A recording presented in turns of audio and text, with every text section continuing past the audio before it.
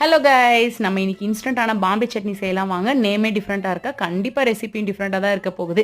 First அது செய்யறதுக்கு ஒரு கடாயில் 2 டேபிள் ஸ்பூன் எண்ணெய், கடுகு சீரகம் சேர்த்துட்டு பொரிஞ்சதுக்கு அப்புறமா ஒரு வெங்காயத்தை பொடியாக கட் பண்ணிட்டு சேர்த்துக்கோங்க. வெங்காயம் வந்து கண்ணாடி பதம் வந்தால் போதும். அதுக்குள்ளே நம்ம வந்து ஒரு பவுலில் 2 டேபிள் ஸ்பூன் கடல மாவு கொஞ்சம் போல் தண்ணி விட்டு கட்டி இல்லாமல் கலந்து வச்சுக்கலாம். இப்போ வெங்காயமும் நல்லா கண்ணாடி பதம் வந்துருச்சு. இப்போ காரத்துக்கு ஏற்ப 2 பச்சை மிளகாவும் நான் இந்த மாதிரி கட் பண்ணிட்டு சேர்த்துக்கிட்டேன். 2 தக்காளியை வந்து பொடியாக கட் பண்ணிட்டு சேர்த்துக்கோங்க. தக்காளி வதங்குறதுக்கு தேவையான அளவுக்கு உப்பு சேர்த்துக்கலாம்.